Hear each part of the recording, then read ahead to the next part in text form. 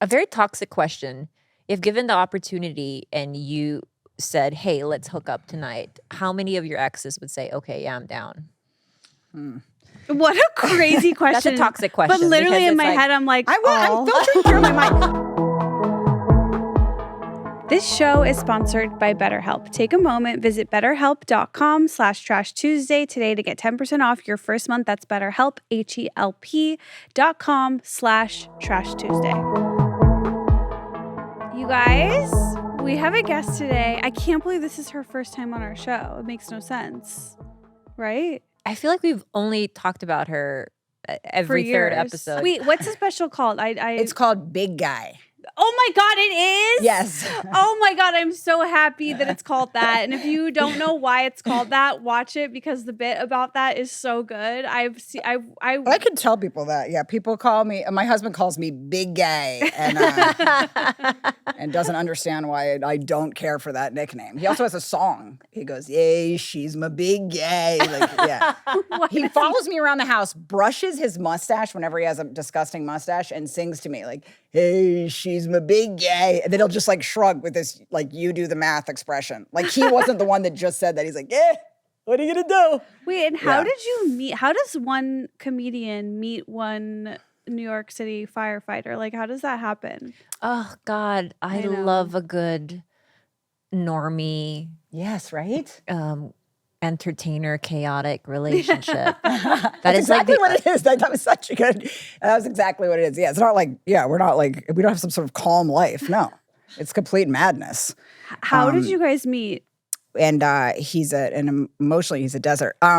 We met. He can't like soothe. No. I have to like place his hand on my lower back. I'm like, this is where it would go in this situation. It's a terrible, profound sadness to it. Yeah. Didn't you also say that when you were pregnant, you were like, hey, did you like get pictures of me? He was like, I got it. And this is like one photo. He claims that he doesn't have enough storage on his phone for like pics of me. I'm like, it's not a storage-based issue, you wild asshole. He's like, nah, just because of the storage here. I'm like, really? You're chock full? No, he's not. I mean, he's not like romantic. Yeah, no, he's like definitely, he runs very dumb in that way. Pretty worthless in that regard. And by the way, when I talk about that, like he loves it. So people always will be like, what does he feel about, what you said? And I'm like, no, he loves it. Because then he's like, yeah, that was good. That was solid. Was on a pod when you talked. I'm like, no, it doesn't mean it's good. They're laughing because it's awful. I have the opposite thing where I feel like I'll say things about my baby's father and then I'll be like, everyone liked it. Like, it was good. And he's like, no, but he doesn't like being talked about, which is like the worst thing for a comedian's partner. I'm so jealous that you have someone that like just doesn't matter if it's good or bad. He just likes it. Yeah, but he also probably like can give you like a hug if you're sad. My husband will give me like a pound. Yeah. Yeah. I swear to God, if my father died, he'd be like, hey, let's get back out there. Like he talks to me like a coach or something. He'd be like, good sesh. Do you feel like that's what you needed? Like when you first met him and you were like, he's an emotional desert, I'm in love? Yes. Yes, exactly. Really? Yeah, that's it. You're like very like you read things very fast. That's exactly the situation. But is it because you think he's just like that he can handle everything about your comedy and who you are and he's sort of just like immune to all of it? I feel like that's like why it works out, and that's a really good insight. I mean, works and it's not working, but he does like infuriate me a lot. But but I do feel like I definitely felt like the night I met him, like I liked him so much right away. Like I was just so. I told my friend like I want to marry this fireman. My friends were calling him like Backdraft, and I was like, they're like, you're not going to marry like Backdraft. I'm like, no, I want to marry him. Yeah, I definitely felt like right away. I was like, I want to marry this guy. I don't. And then when you like go on your like. Later in your relationship and you go over those first scenes, he doesn't have like thoughts about those. You know what I mean? He's the opposite. I'm like, when I did this, were you thinking that? And he's just like, I feel like that's just universal though. Same. Because really? Yeah. So even the guy, but I attribute my partner's lack of memories to his apnea. Oh. we did talk about this. Both of our partners are on CPAPs, and they don't breathe in their sleep very well. They're partially ill. They might die if they fall asleep in the wrong place or the electricity goes out. I know your man can save you in a fire, while ours can die in his sleep. So Wait, what does happen if the power goes out? Post-apocalyptic. they'll never get good sleep. Or they'll die. I don't know, because like I said, we did that one sleepover at my studio apartment that I shared with another person who was also mentally ill. And he didn't bring his CPAP, and the whole night he lived. He did survive the night, but it was all night. Right. You can work that into dirty talk, though. I am me. Yeah. And then just blow your nose. I always like that. Yeah, but I do when find somebody's slam rodding me. That was the dumbest thing I've ever said. I'm a mother. Slam rod is the stupidest thing I've said out loud. Followed by I'm a mother was But I do find that a lot of guys do not remember like the little details of the beginning. That makes me feel a lot better. Yeah. Yeah. Oh, Because he's pretty much a no. blank slate with that. Like you know? tell me how you felt when you first laid eyes on me. Yeah. He's like, I thought you were hot. Like, Yeah, it was okay. cool. It was chill. No detail. No, like, there's no moment of like, let's pillow talk about this. Zero, right? Yeah, I love doing that's my favorite thing to do is to go run back over small social interactions. I know. I have too. the same thing. It's like I think about the night I first laid eyes on Dave, and it was this magical thing. And he's like, I don't know. I thought you were someone's kid. You had a hoodie covering you. Someone's kid is amazing. Like he was looking for your owner. It's so not. There's no magic on his end of like meeting me, and so yes, you are not alone. That in helps. that. And I guess you don't want a guy to like that remembers like what you were wearing because that guy might not be straight. If he was like, you had a pencil skirt and a smart pencil skirt and a pastel sweater. Yeah, that guy doesn't want to be inside you. I did date a guy previous to this one who was a little bit like that, where he was very like detail oriented, and I did find it suffocating Yeah.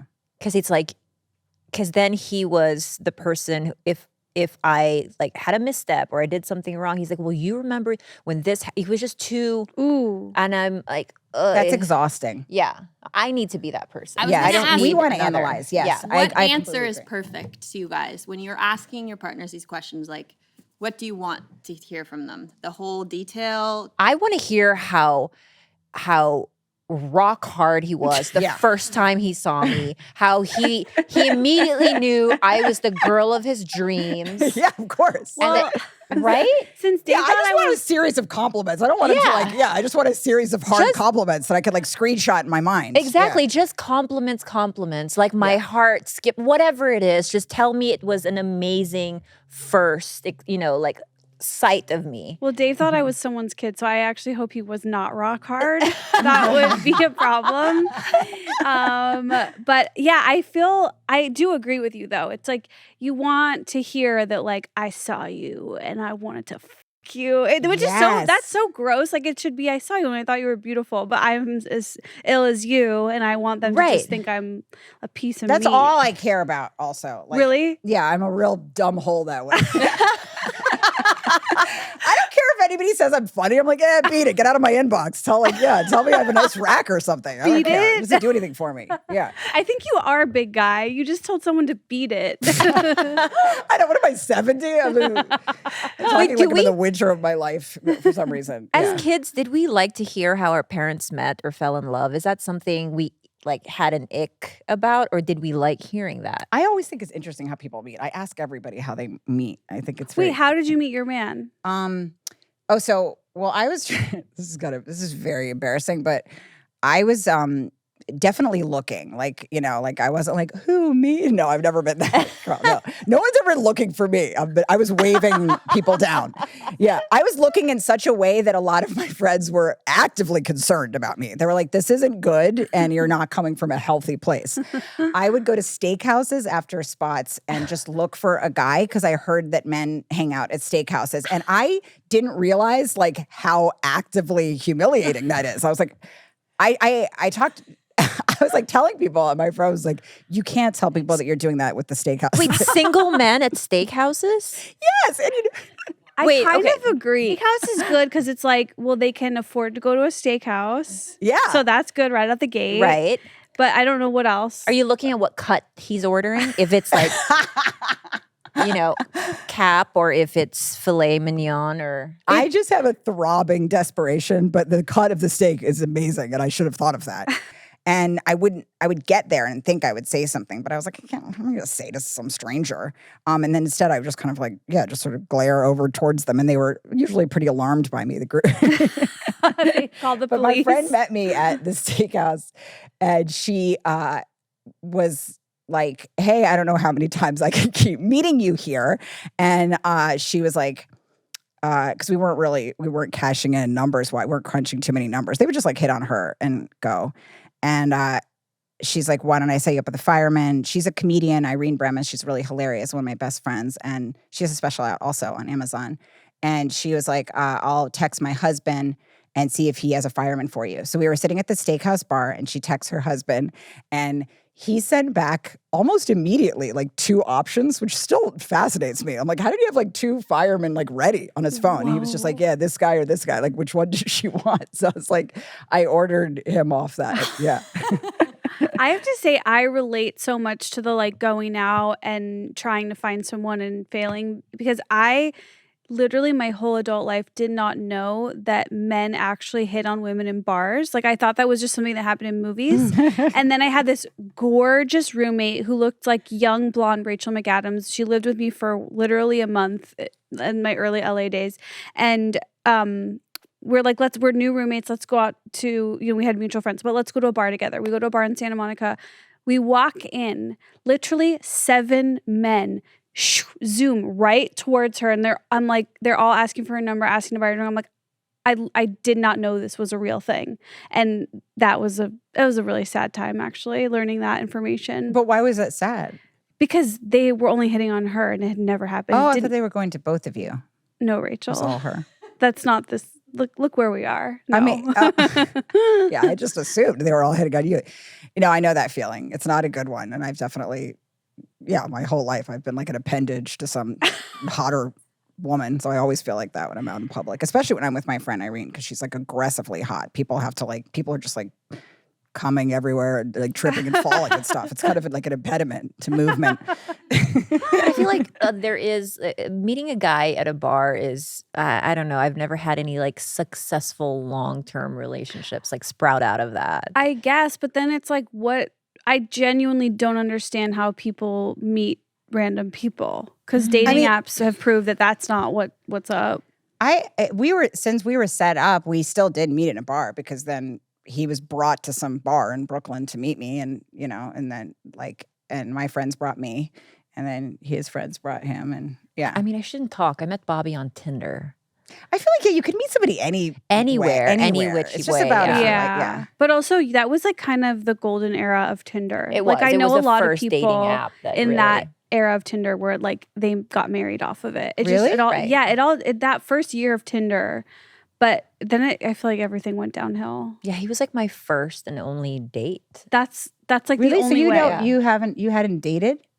On Tinder, no, because Tinder had only been out around 11 years ago. Tinder had only been out for 3 months when I first got on it, and I thought it was just the most novel thing ever. And I had lined up I had started talking to a couple people, but Bobby was the first one who was pretty like, hey, like I'm driving to Long Beach. That's so And nice. I was like, really okay. hot. And so yeah, it worked out in that way. But I mean, like, yeah, you're right. Like it can happen anywhere. Like the guy I'm with now, I met at a yoga class, and not because he's a yogi, by the way. He happens to be the most inflexible person ever, and he just goes to yoga to try to like stretch out once in a while. Wait, you guys met at a yoga? We did. Wait, It's like such a sensual way to be. Who actually? Wow, I guess very hot people meet like that. But again, that's so cool. He's like a very gruff, kind of manly, thick dude who Yeah. like hunts and fishes. Yeah, I like so I that was like, too. who is this thick ass boy at yoga class? Like Yeah. he's not killing it, but I respect that he's here trying to like be a little bit more flexible. And the first time we met, we hardly spoke. But then we went on like a group dive. A couple of my friends in common were like, hey, let's all go dive in the ocean the next day. I was like, yeah, I'm in. And then I saw him, and he turned out to be Aquaman. really? And No. I'm like, so good in the water. Like because I grew up as a competitive swimmer. So like my standards for how people should move in the water are very high. And I saw this man and I was like, oh my God, he's a provider. He's going to provide for me A post-apocalyptic. What Yeah. does he do? What's his job? Construction. It's so hot. I For a was very with long a time. throbbing alcoholic, but he was a construction worker, so I just stayed with him. Yeah. I like moved in with him. He was a wild liar, but it was just so hot that he would just come home with this drop like a tool belt. Like, yeah, I'm like a Jew. Like my dad can't like operate like a fuse box or something.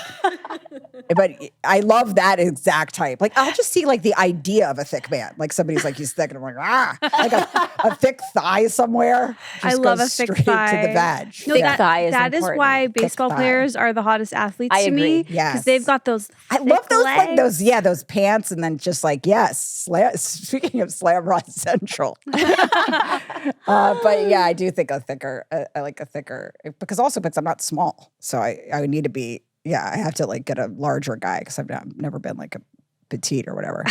But that's I'm going to counter that by saying I have dated all shapes and sizes. We know. We know. So I've gone, my last one was 5'4" on a good day, portly Korean man to this kind of guy. And I got to say, like, they're enjoyable across the board. And I always thought, well, I'm tall, I'm athletic, I'm broad-shouldered. Yeah. It doesn't matter. Like, the short kings really come through. I think it's because like I think like I imagine them being more disgusted by me. Like that's I know that what you sounded mean. more sad than I meant it to sound. I loved just think they're gonna be like, oh, this is a lot to manage.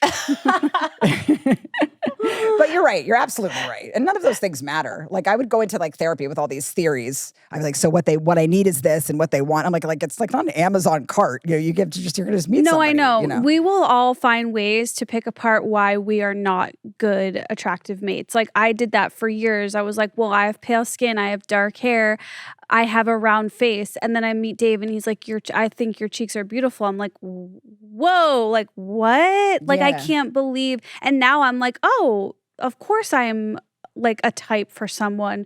But it's just so funny. Like we'll find any reason to be like, here's why no one should like me. We'll like make ourselves seem like ugly losers no matter what. Rachel, I have to thank you for being a part of this recent mom group text that I've joined. Yes. And I am so sorry that I've spent the last 9 months being a miserable bitch, literally just writing. I want to know what that's like from your perspective, like having to deal with me just completely whining. I loved it. No, I loved it, of course.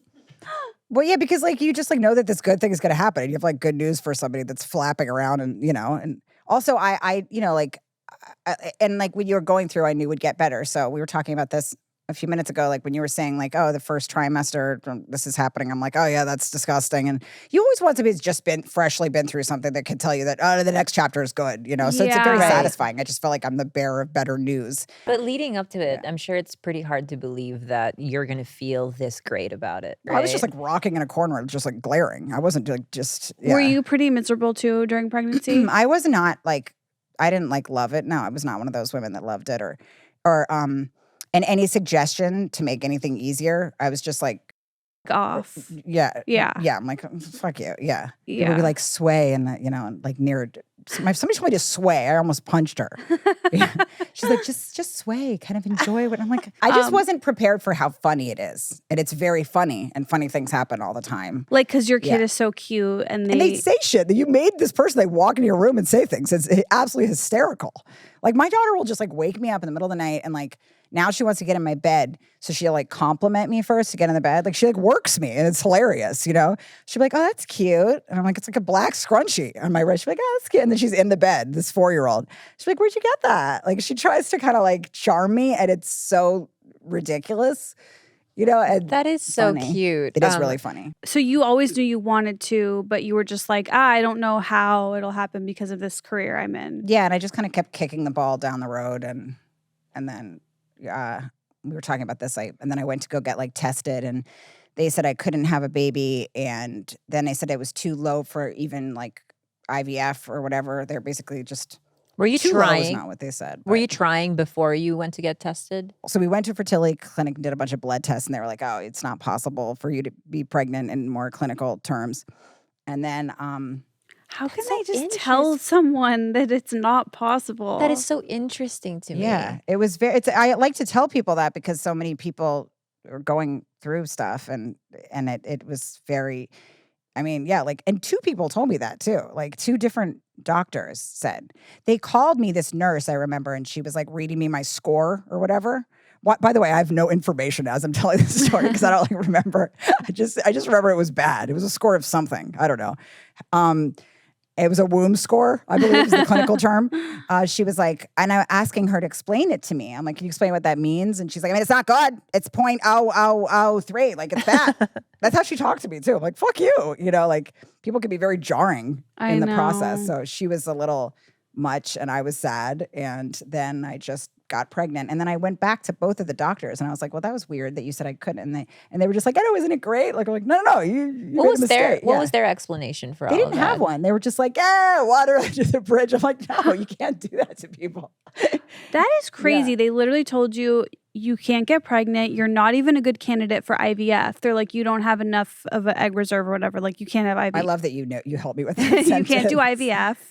And then you just go home and are you like, do you give up or you're like, we'll just have sex for fun? I was like sobbing that day when the nurse said that. And then my husband came home and then, and again, didn't soothe. He's like, I wouldn't overthink it. I'm like, what a ludicrous response. But why was he right? Overthink it? Why was he actually right though? He was actually right. Yeah. He's like, I wouldn't overthink that. Like, and he like got some milk out. I'm like, can you walk over to the bed, you moron? So were you just in shock? Was it a complete shock when you actually got pregnant? Yes, I was completely shocked. Yeah. This is crazy. I was like out Well, here. it happened too. Remember with Angela?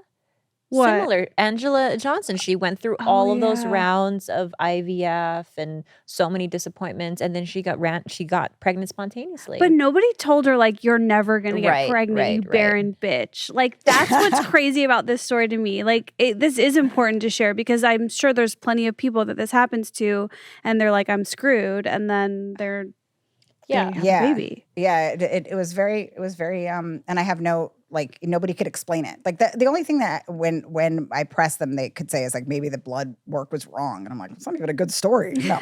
And twice from 2 different people. So yeah, I think there's like something about it all that nobody's figured out and that, you know, it's a good chance you will if you're trying.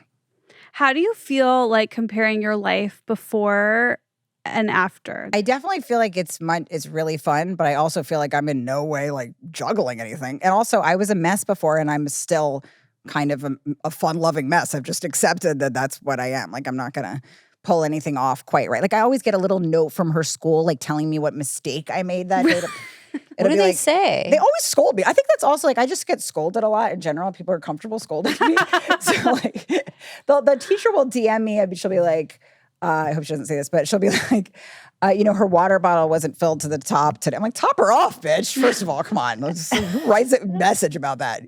But yeah, they'll always let me know that something, and I still do the same shit that I used to do. So like we went for her like parent teacher preschool in Queens meeting, and I showed up and left my passport there and like just weird debris behind me. I'm always like shedding strange things.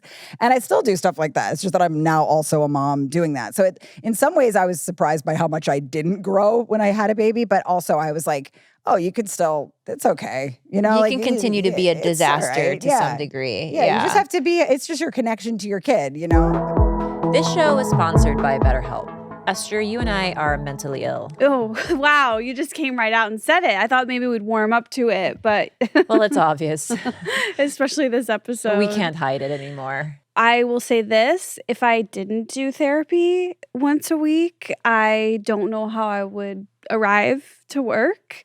It's something that is very important to me and my mental health, just having a place to get things out, somewhere where it's not someone in my life. It's just an unbiased, trained professional. If you're thinking about therapy, give BetterHelp a try. I know for me, I stumbled onto BetterHelp because there was a time in my life where I literally couldn't get out of bed, but I needed to speak with someone. And I love that BetterHelp is convenient in that way, where you can talk on a phone with a therapist, or you can do video calls. And like you said, appointments are very easy to make. And they make it not awkward and easy to switch therapists if it's not a match initially. You guys take a moment, visit betterhelp.com/Trash Tuesday today to get 10% off your first month. That's BetterHelp, HELP.com/Trash Tuesday.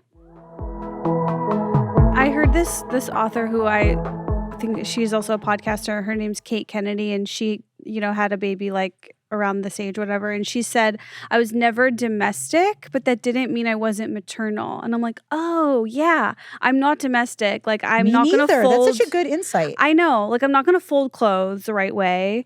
I'm not going to get all the corners when I vacuum half-assed, but I love my baby. I love taking care of her. But domestication, I feel, is like a programmed thing, right? And I think that with you, your maternal instincts are very strong. But I already saw that with Donut. Even when you had a dog, just the way you treat Donut, the way you're very responsible about vet appointments and stuff. I never had to worry about you. Well, you know that I've been committing fraud at my vet. We have been Oh my God, should we out ourselves? I have been posing as Khalyla Lee. Okay, so listen to this. This is the equivalent of lying about your address to get your kid into a good school. Yeah. I have been posing as Khalyla's, I think, sixth pet. Because you can't, there's a certain vet in Silver Lake that I wanted, but they weren't accepting new patients. But then I heard Khalyla was a patient there, and so I'm posing as her assistant when I go. Right. So I have 4 dogs on the list for this particular vet, and Esther's dog is my 5th dog, so she's under the Khalyla Lee account. Do you act like an assistant? Do you write lines for yourself as if you were assisting her? This is fascinating that you're doing this. Occasionally the emails get sent to me and I have to forward them to her hey, Donut is due for her bordetella. You guys have an entire skit that you're doing back and forth. She's out there juggling it all, but here I am. With her. This is amazing. The good news is they switched management very recently, so I don't think they're going to give us any grief about it. Oh, good. It could be past management's Right. So I think we've been grandfathered in, so we're good. Okay, good. What exactly is great about so great about the vet?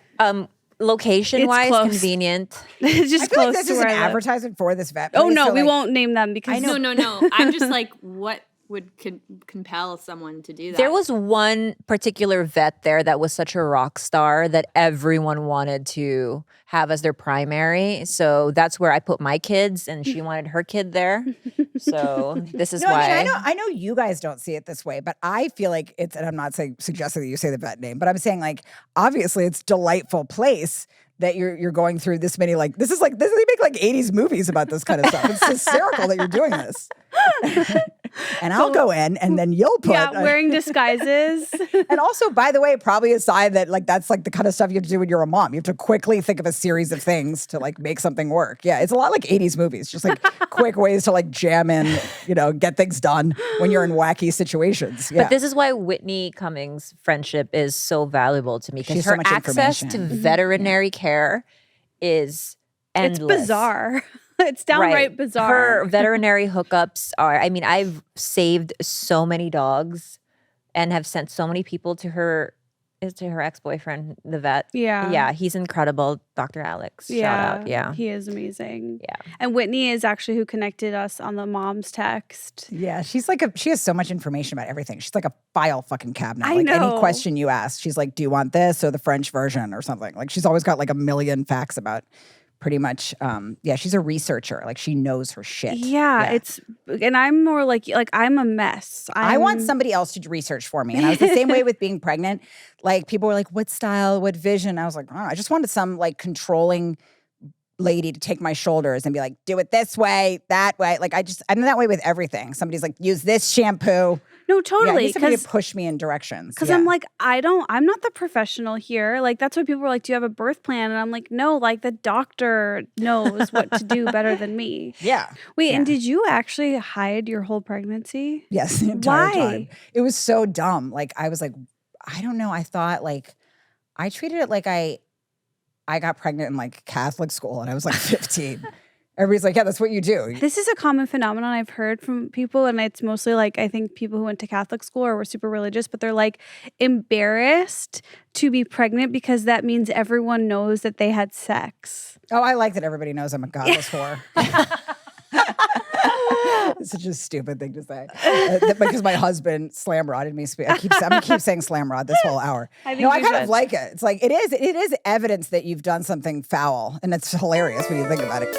He had a fireman over the other day. I came home from the road, and he told me that he had just gotten a divorce, and I was like, "Did you know that he just got divorced? It's Zach's divorce?" And he's like, "Nah, you never mentioned it." Like I'm like, "You were with him for 4 hours?" Oh, this is a real so frustration. Guys, Yes. they Dude, don't this is talk a- about anything. And this is my worst, my biggest pet peeve is when they come home with only half the gossip, not the whole story. So they Yes! say That's something like, so true. so and so got divorced. Why? How? And they have no follow-up information. I'm like, you didn't fucking ask? I've related to nothing less than that, by the way. Like I can't in any way place myself inside of his body and be like, and not have a follow-up question when your friend says he got divorced. We knew the wife. I was trying to invite them to dinner. He's like, yeah, I don't know. Yeah. And he always acts like there's no route to him knowing. He's like, it's anyone's guess. And I'm like, no, it's yours. Ask him. You wild moron. Just ask him. I can't relate at all. But like my husband has no desire also for anybody to think anything about him, which I'm so like envious of. I love But, that. Like, that is though. a very positive quality. Like I'll take his phone whenever we would go out drinking together. I would just take his phone and text like just the dumbest shit to the other firemen at his firehouse. And he would never correct it. He would just like put it back in his pocket. I'm like, this is crazy. At one point, I was probably like wasted. I texted all the guys in his firehouse that I was coming on to them. I was just like, I think about you guys sometimes. And like, and I also kind of did it like from his voice. Like my writing wasn't bad. I was like, I don't know. Sometimes it's kind of weird. We're just hanging out together and I have different sorts of thoughts about you. Who knows? Whatever, man. I just care about you. And you looked gorgeous the other day. And then like, I'm like, I came on to everybody in you're their boss. They all think you're gay and that you want to be inside of them collectively. You don't want to follow up on that. And he never told them. Never. Yeah, secure. Yeah, very secure, I will say, in that way. Like, and like when we were finally engaged, we were actually at the Village Underground one night watching a show. Anyway, the guy was like, hey, I know you and Pete got engaged and I wanted to talk to you about something. And it was that he believes that he's gay. And I was like, oh no, that was me. Okay, I'm sorry. Go ahead. No, Sorry. you're good. You're good. Have you guys ever been in a situation like this? And tell me like what you would do. What's the right or wrong thing? I have friends who I'm friends with. It's a couple. I'm friends with both of them, right? Like couple friends, guy and girl. They hang with me and Dave, whatever. They break up. And she breaks up with him and he is struggling, right? Like it's having a hard time with the breakup. So I'm like, look, I don't want to say I'm like the keeper of all the hot girls. I don't want to say I'm a madame, whatever, but I You can say that. I do That's know. a dream for me to be a madame. I know That's a lot. I didn't know this term. I loved that. I know a lot of, cool, hot young ladies. So I'm like, oh, let me he's a good catch. Like, let me set him up with some of my friends. So I set this guy up with like a few of my friends. How close are you with the girl?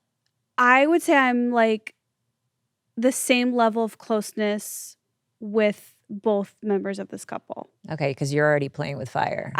Oh, really? Yeah. Okay, so that's okay. So I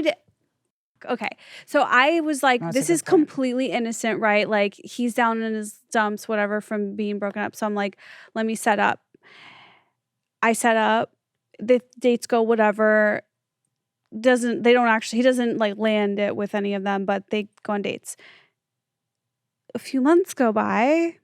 What happens? They get back together. Now I'm the you're fucking villain in the story. But I never wanted, like, never considered that would be something bad to do. I'm like, she was done with him.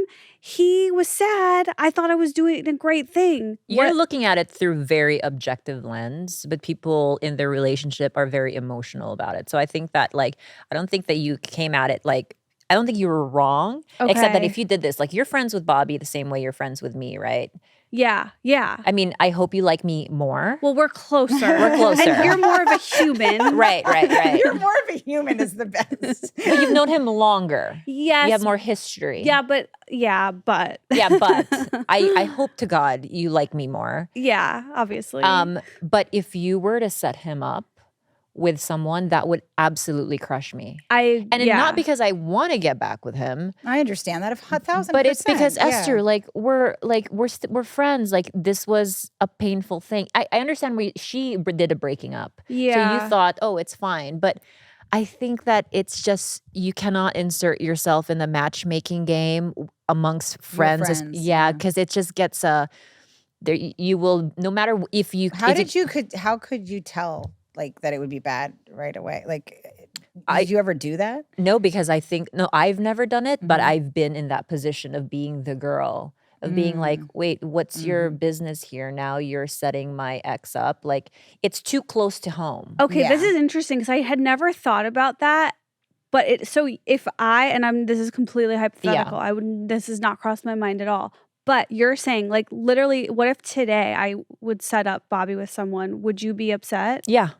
Wow, that's good to know. And that's 2 years out. I would be too, 100%. And I think you would be. Yeah. Oh my God, yes. And yeah. if you set me up with someone, he would be mad. He would be mad. And he was mad when you set me up with someone. What the Are you serious? Right. I mean, it didn't work out, right? We went on a couple dates or whatever. I was in trouble for that? I love how you're fighting and everybody's mad at you. And so was your third grade teacher. Get out here. No, but I'm also coming from a place of just, I mean, it's emotional, right? And also, like, I'm still a jealous person. Me too. And if Esther holds this girl in high regard, then I'm like, pitting myself against her. It's just like a lot of like maybe young girl feelings coming up. Oh my God, and it's I would feel the probably same way. not. I mean, if I were to put my big girl hat on, I would be like, yeah, it's fine. That's normal. People meet through friends. But I would low-key have that resentment towards you. That's okay. This is good to know. But I he feel like really that was. too, yeah. I was in trouble for that. Yeah. What? Because I think he was mad that it was someone of like caliber. Like, it was like, oh, this person Esther is setting Khalyla up with is like decent and successful and kind and like a good man. What I'm fascinated by is that you wouldn't care about this. Like, I don't know. Maybe it's just because I'm also. I'm not saying I wouldn't care if this happened to me. If it was happened to I you. am by no means saying that. I'm sure I would be upset. Okay. But for some reason, I am still surprised. Also, his mistake is even telling her that you set him up. You did it. You did it. You told Bobby that I set you up. No. You made that mistake. Bobby found out because we were still living together. I've never seen this side of you. It's like fascinating. We were living together, and he was going out on dates, and I was going out on dates. Yeah. Remember, towards the tail end? Yeah, I do. And he was like, who is this guy? I was like, no, none of your business, none of your business. And he was like, I gotta know. Like, is he safe? Is he gonna like bring me? I was like, no, it's someone Esther knows. Esther? That's how it came out. That makes sense. Yes. Yeah. Absolutely. Yeah, because he didn't, by the way, it wasn't because he was worried about your Be safe. safety. Yeah. Yeah. He's like, oh, let me make sure, you're physically safe. Yeah. No, he just didn't want somebody else inside you. Yeah. Esther, honestly, that's like something a dude would do mistakenly. What? Like you just have a big rational brain, I feel like. So you're like, oh, this makes sense. And then not that you didn't think about the emotional thing. I really didn't. But also maybe that's just because I'm not as secure, right? Like, I'm coming from a place of like young girl emotions. Like Me too, definitely. Yeah. I also I look back at all my exes and I'd like them to have some sort of wistful longing for me. Yeah. By the way, they all seem pretty relaxed across the board. A very toxic question. If given the opportunity and you said, hey, let's hook up tonight, how many of your exes would say, okay, yeah, I'm down? What a crazy question. That's a toxic question. But literally because in it's my like- head, I'm like, I'm filtering through my mind. Okay, one of my exes, well, I shouldn't talk about any of this, but whatever. He's not going to probably see this. But one of my exes blocked me and I hadn't even reached out to him. He would absolutely fuck you then. Yeah. I was like, why would you block me? I didn't like even try to talk to him. That's the wistful guy. Really? Yeah, I think so. That makes me feel better. Because I just wanted the rights to be able to, like in some weird dark, like some haunting hour, just going rifling through his life. Yeah, of course. Yeah, I wanted to visit his life, and I was like, wait, I can't visit it. If you have an ex who's blocked you, you are on the right show. Okay, we'll just leave it at that. I was so upset, and I came to my girlfriend's house just expecting for her to just be like cook for me and tend to me, and she like laughed in my face. She was like, but I feel like that's the ultimate validation. Oh, really? When an Okay. ex blocks you, it's Yeah. like he has to restrict himself from seeing you because he can't trust himself not to keep track of you. Oh, okay, that makes me feel Yeah, better. or it's just because you wouldn't stop texting him and he had to block your number. Either of those. It's one of those for sure. I've definitely dated some very crazy guys. So, and I do not see it, and I zoom past every red flag because, first of all, I put men on a pedestal if they have like a nice apartment and a good job, like especially because I'm kind of like a mess, like, and I'm not domestic, like you were saying. So like I'll assign so much more to a guy that just like has a 9-to-5 job or something like that. I'm like, oh, he's gonna let me, this, like this vile pig. that sounds more harmful than I mean it. I mean vile pig in a lighthearted way, but I'm like, I'm kind of like a mess. Like I go into a room and I spray things everywhere. So I'm like, oh, if some like real, man's man kind of guy likes me, I will zoom past every other red flag with him. And like even with Pete, like when we were I always sort of assume there's going to be a natural point. It's not even out of like a self-hatred as much as I just assume that I'm not this kind of guy's bag. But I always assume at a certain point that the guy would be like, well, it's a wrap here. Like I told Pete, I was like at a certain point in our relationship, I was like, oh, you're like a Catholic guy from like deep Brooklyn. Like you're supposed to like marry some nurse or something. I kind of just gave him the option to like drive me out to a field and like some animal he Set failed you to free in the- domesticate, yeah. like Set put free you in out the to forest. pasture. yeah, Yeah. yes, exactly. Yeah. So I kind of always, so when a guy like that, like it checks off certain boxes, I sort of zoom past other things. And one guy was like, he had like spyware on my phone. Like, God. Oh like my God. full on would ask me, I'd come home and he'd be like, what were you doing at, like I was working on this pilot and I like went to the showrunner's house because the studio, I can't remember, like it wasn't open that day, but it was like me and a few writers like hanging at his house. Wasn't attracted to the guy. There was no vibe between us. And he was just like, why are we, but I didn't tell him because he was jealous. And I came home and he was just like sitting near a lamp, like with like, I was like, oh Christ. Yeah.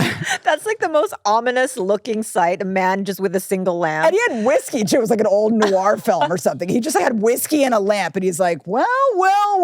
Like, and I'm like, what? I was just like greasy and writing at some guy's house.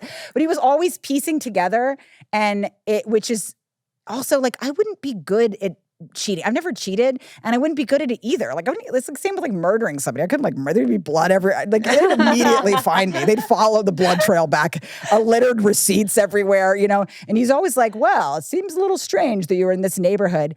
And the other reason I figured out he was spying on me is because I was on the phone with my friend actually talking about this one particular guy friend I had and how I wasn't attracted to him. And I was like, I said, it's like satisfying to like, to talk to him about everything. But I was like, I feel like we've passed that point. But I look forward to seeing him. I was like, I get excited to see him, but I'm just not like, I'm not like aroused by him. And he, in a fight, screamed at me. He's like, and I know that although you don't find it particularly arousing, that you like look forward to seeing this man. And I was like, wait, how would you know that? It was like the specific cocktail of things I'd said about this guy. And I'm like, and he goes, oh, it gets around. I'm like, no, that's not a good story. That somebody's slightly attracted, but not real. I'm like, no, there's no one's repeating that. He would take my laptop and start running with it. And then we would run around the apartment. Also, by the way, like, why was I doing this with him? I don't know. And like, he would go running about something he saw in my history. And then he would start making these loud noises. He'd be like, like these Howard Dean sounds. And I'd like chase him around, like chase him and my laptop around, like beg him for my laptop back. It was an insane relationship. And then I remember one time we were going to go on this trip and I had packed a bikini because I was going to some fucking dive club in like Des Moines beforehand. And I was like, oh, I'll go to the pool there.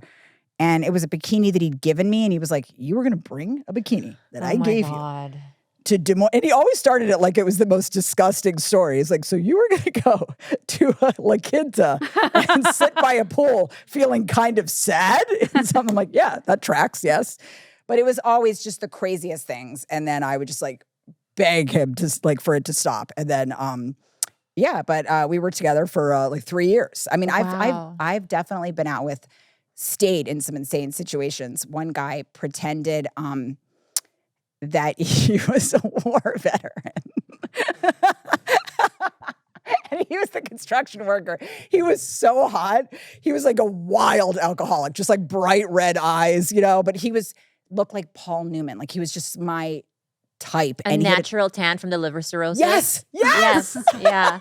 I love that like partially yellow sheen they get when they've just been, their liver has just been pickled for years.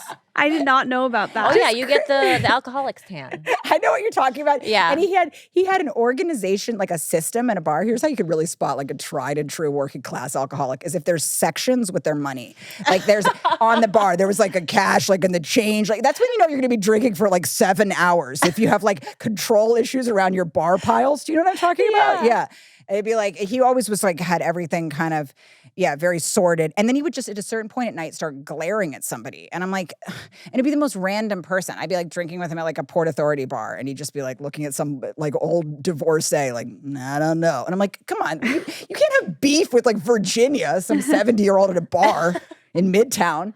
There was always a point at night. I was so proud of him. I was like, I got this guy. He's like, he was really hot, and he would scream outside my window when he was mad, when like I was mad at him, and like this kind of Marlon Brando vibe. Like he'd be like yelling in the rain, which by the way to everybody else is probably pretty a quick red flag, but I thought it was like hot. It was like he's always Marlon sorry. Brando was very hot. Yeah, Was, are you kidding? Yeah, I like those Hottest. old-timey movie stars. Yeah. Right. Wait, how old were you when you were dating this? I was really young when I was dating him. I was like 24, but I moved in with him after he that's- pretended to like be like fresh from a war that he had like a fake leg injury. He like faked a limp. And I moved in after he told me that.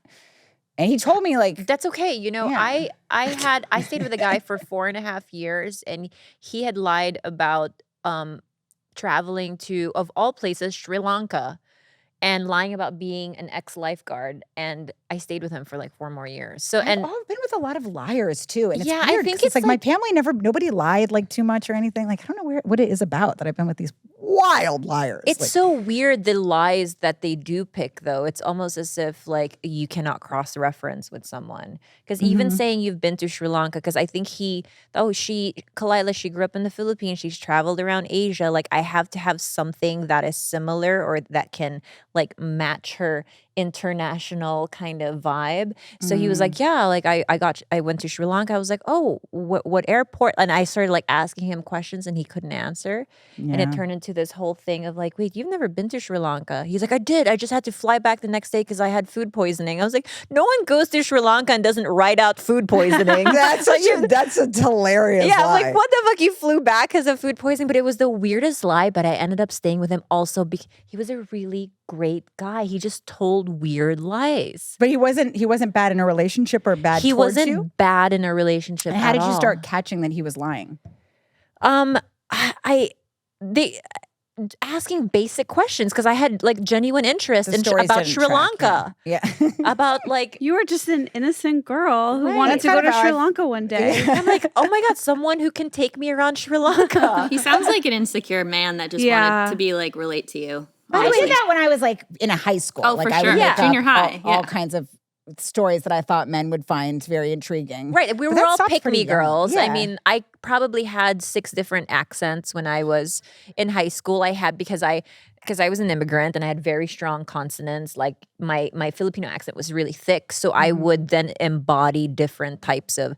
I would have the Valley Girl, I would have the Chola, I would have everything down. So yeah, you do take on different identities when you're Very very young. young and insecure. I didn't know there were pick me boys. That's very interesting. Oh, he was like everything I found out was just like and But the weird war lies veteran. too.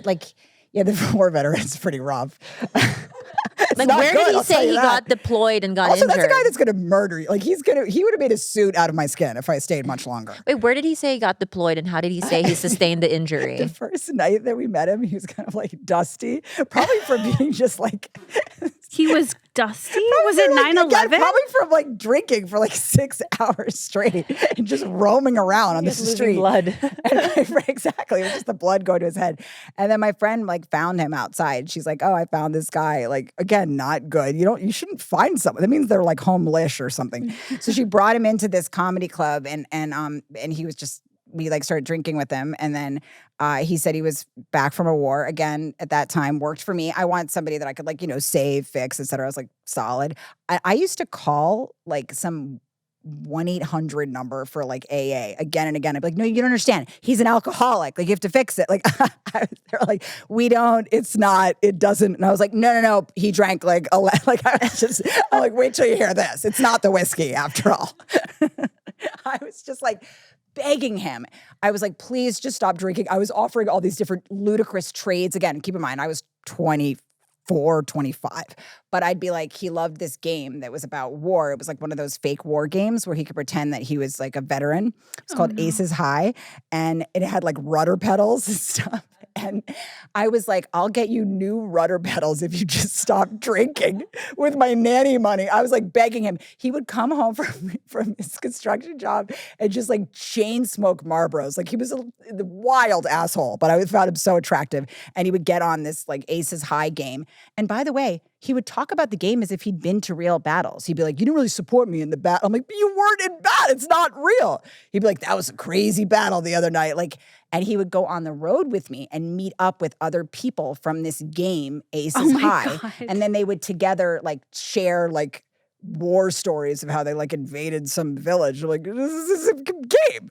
But I just kept staying and like being like, if you do this, and then one day it sort of just clicked. I was like, this guy won't be stopping his lying or drinking. Why do you think you were willing to stay and put up with that? Is it almost just like as women, like we get in with a guy and it's like too complicated to get out, so we'll just put up with anything? Like, or do you think I'm almost like, maybe I'm projecting this. Is it like, oh, we want a baby one day, so whatever man will deal with us, we'll just deal with anything? Like, what is it? But I mean, this is like always my question to you, because you've never dumped a guy. I know. You've never left a relationship. I'm a stayer too. I just stay. That's the biggest thing too. I'm not too confrontational. I stay. And also, it's entertaining.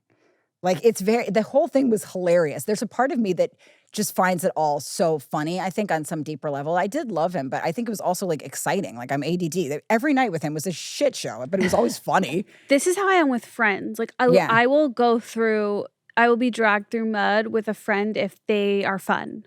Exactly. Like, if they are fun, that's something big, that you're bringing something big to the table. Yes. I'm kind of exiting that phase of my life now, finally. Yeah, I have no choice. I've always magnetized to really like destructive, chaotic, shiny, fun things, and I find that it's like a huge cost to my mental health. You'll deteriorate with it. Like, he used to like, we had to take this little bus to get back to his place, and it was like this little jitney bus, and he lived in like Jersey, this place called West New York, which is over this bridge near Port Authority. And every night we'd have to wait after drinking for that bus. And sometimes I couldn't like get him on the bus. He would just start getting suspicious, not of a person, of the bus. I'm like, you can't have beef with like. Oh, he just. No, I mean, he was ridiculous. He'd just be like, I don't know. And I'm like, no, the bus does not have beef with you. No, and I just sort of shove him on that. But yeah, it's too exhausting. And like, I feel like my husband now is definitely very much. Yeah, he's much more like easy. On this note, though, like, the idea, or there've been several like TikToks about this theory about how like women can grow to love a man or grow to have feelings, or the attraction can grow versus men cannot. Is that true? How is that true, though? Like, men have to either be attracted to you right away. like right away, and it's not something that's gonna grow over time. Like, if they're not attracted to you like up front, 6 months down the road, they're not all of a sudden gonna be like, you know what? Rachel's the one. That's so interesting. I never knew that. But for us, it happens all the time, right? Yeah. I just don't see it a bunch, right? It's almost as if maybe there's an element of like, fuck it, she's right there and she's available and I know she likes me. Versus us, like, I could have zero, like you couldn't clock you in my brain one Me day. too. And then 4 months later, I'm like madly in love with you. I don't know if I understand that though. Really? You've never had someone grow on you? I think don't you just look at a person and you know it? No. I agree with you, Khalyla. I've been on dates where I've hated them and been like, let me get out of here. And then 30 minutes in, I'm like, actually, like the swagger, the personality, the sense of humor, the way he walks around, the way he... Swagger? Or over time, like just getting to know them. If a guy doesn't need something from me, he becomes more attractive. I think also maybe because of our jobs, like people always like need to have some moment with you that you can't necessarily give them. So if I'm on a date where I don't feel pressured like that, like I might at first not find him attractive, but that's a very appealing quality, obviously, because my husband's like that, but not registering my needs. Cheaters on not being problematic, but I mean like a guy that's not like, you know, like what you were saying, like tracking you and like analyzing and something that can become, a guy can get more attracted to a guy that I see like, oh, he's not gonna like hit me up for anything. So it gives me the space to kind of become more attracted to him. I think this theory sort of reduces it to men being shallow, basically being like, if there isn't a physical attraction, that physical attraction can never grow. I support or that if though. they're wasted, then they would want to fuck somebody they wouldn't fuck, but that's obvious, I guess. I support being, I think it's okay to be shallow. Patty Stanger would agree. Who also says you should bring a man a full cake on your second date. Have you heard of anything more psychotic? And just, I baked something for you, like date 2. Like that's some raw shit. This is very anti-Jewish matchmaker though. Her the way she sees things is the way I see things, which she's like, date them until you hate them.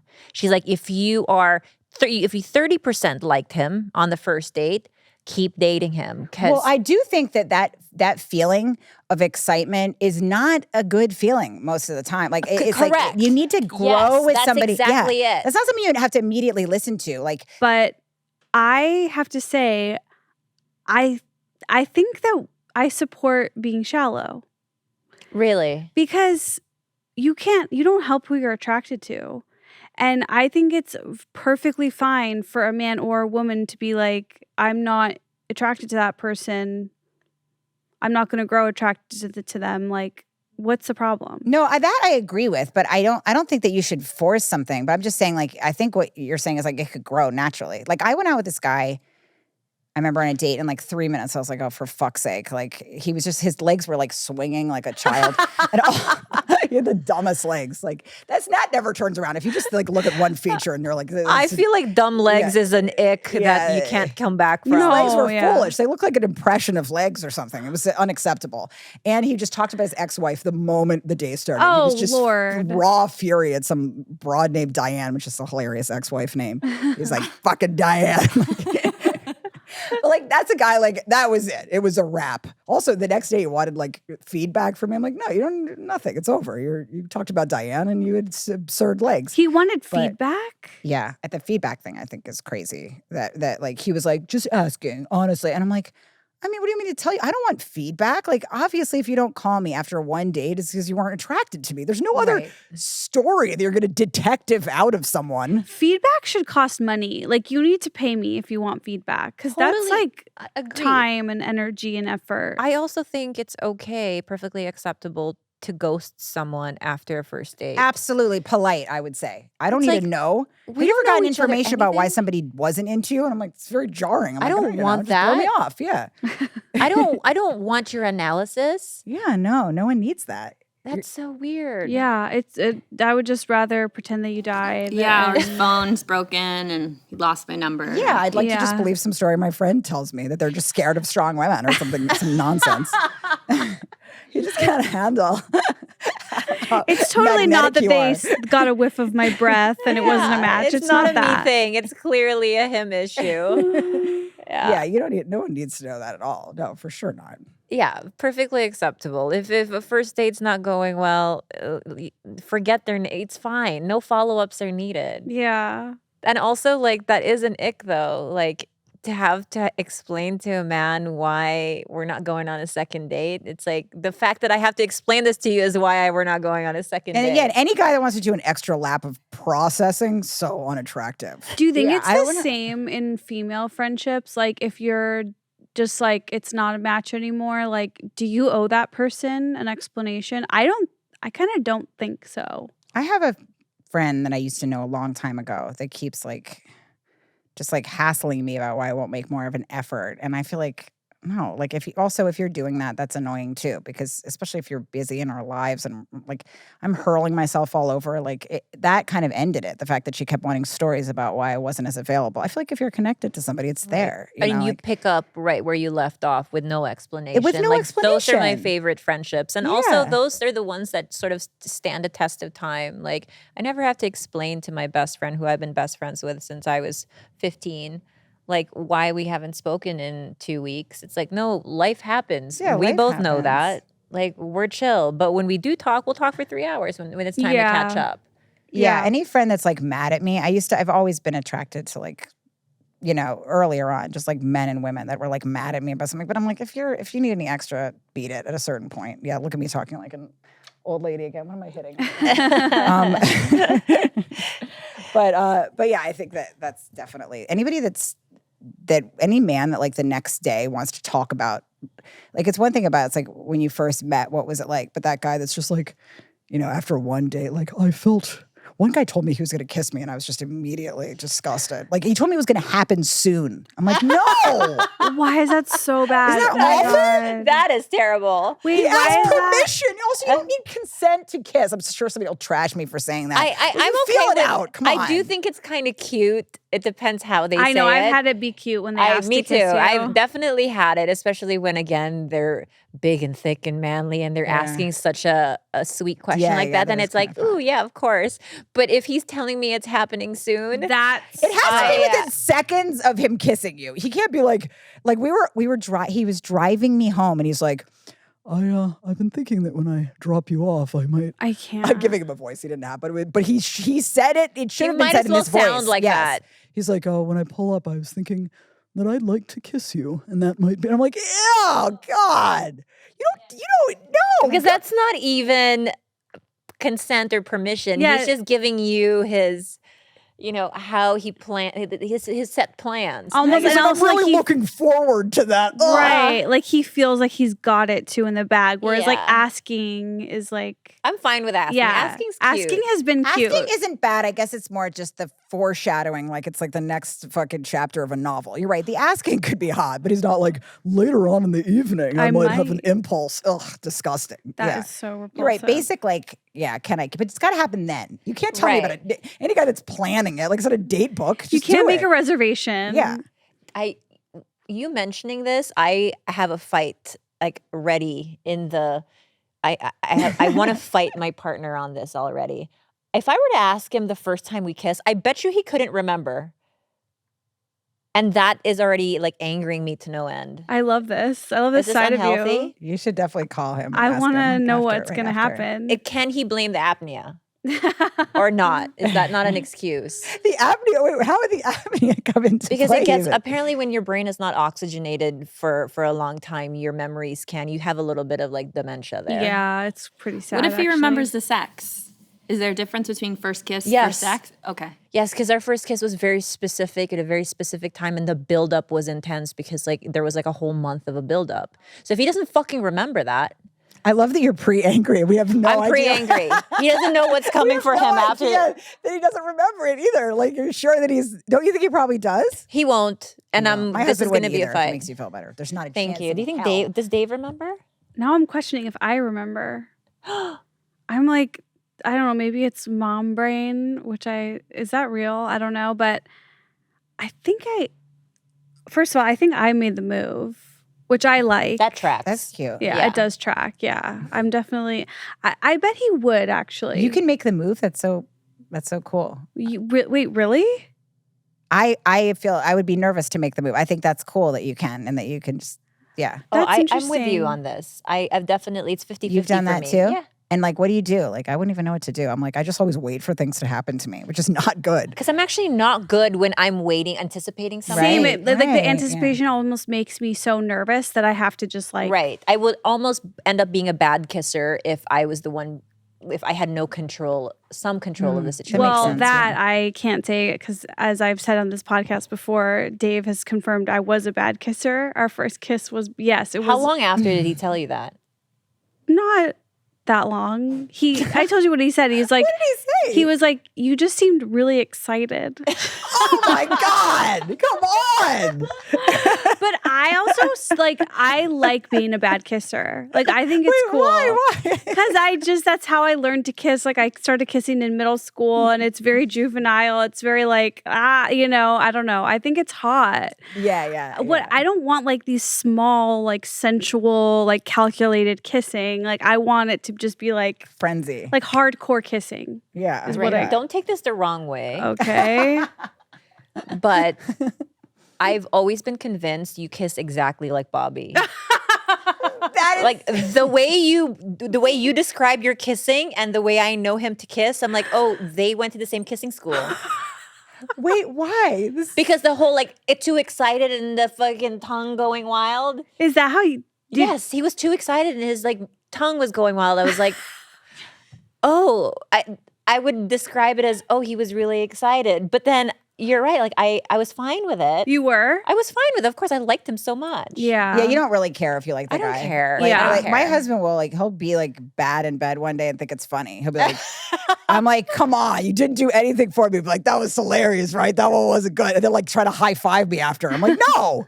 Yeah, like he doesn't care. I'll tell him and he wouldn't I feel give like a I'm shit. Yeah. terrible in bed Me now. too. Nobody's ever been able to tell me that lie. No one has been able to like maintain eye contact with me and say that I'm the best they've ever had. They respect me too much to lie to my face like that. I used to care so much that I was the best at sex.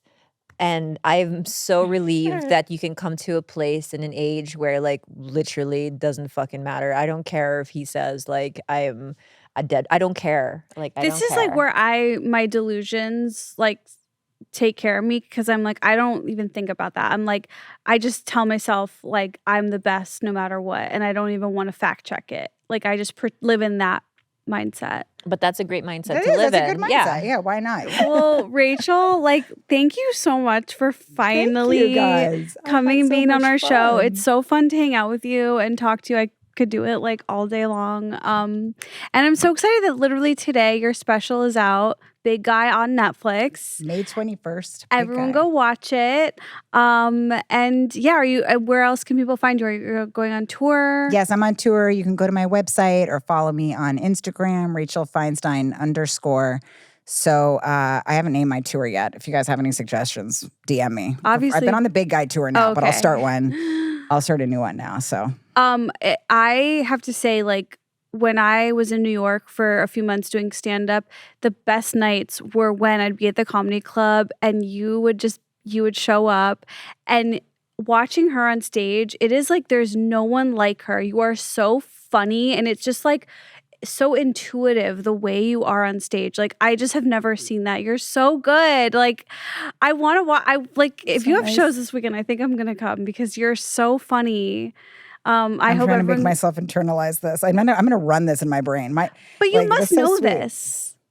No, of course not. What comic knows these things? No, That's- like whenever I'm in LA, I'm like, first of all, I always feel kind of crazy because I'm always like zooming in the wrong direction. You know, like if people notice my mistakes here too, like I'll be like, you know, like I feel like I just always feel a little strange here because I'm from New York, you know, so Yeah. I feel like people will be like, hey, that's a parking garage. And I'm like, you have like track marks. Why are you noticing I'm always making some obvious mistake. And somebody's like, what are you trying? They're trying to unpack it with me. So I always feel a little strange here. So I'm always like, oh, they know my stand up here. Like, yeah, it's the loveliest thing. Of course, like you could say, yeah, you know. No, you are Thank just you. so seamless on stage. Like it's just so I'm like, oh, that is someone where it just feels like it's intuitive for you to just like be a good stand-up comedian. But I know it like it's just because you've been doing it for so long. Like that's what I have to tell myself because otherwise I would just quit. It is. 'Cause It's absolutely that. That's you're the only such a reason. pro. It's just because I've been on the road for a haunting amount of time. I've had like things thrown at me. I've had like a soft taco thrown at my tit. That's why I'm a good stand-up. That's why. Yeah, because if you can finish a show after a dumb taco falls off your tittage, then you're like slightly more comfortable there. But I definitely watch myself, and I watched myself when I was editing the special, and just like, I want to close myself like a box. Yeah, I'm just like, for the love of God. I love that just never goes away. That's it's hard to watch yourself no matter what, right? Yeah, that's true. I actually true. asked them if I could call the special because I kept calling myself a pig when we were editing it, and then we could stop now. But I was like, "You pig!" I just kept yelling at myself. By the way, I didn't know this editor that well, and I was like, "Oh, look at little piggy. He's got to make another point." Or whatever. I called myself a pig so many times when I was editing it that I called the producer, Dan Powell, and asked him if I could call this special America's Favorite Pig. No one would understand the special. Exactly. He was like, no, you can't. But also catchy. Catchy, right? Like, Catchy. I feel like that would be a good Yeah. name for a TV show. Like next week on America's Favorite Pig. It's just me like my snout in some sort of messy business. All right, this is very much over now. But Oh my God, Rachel, we thank you love guys. you. Thank you for Thank being you. here. And you guys, we will see you next week with a brand new episode. Bye.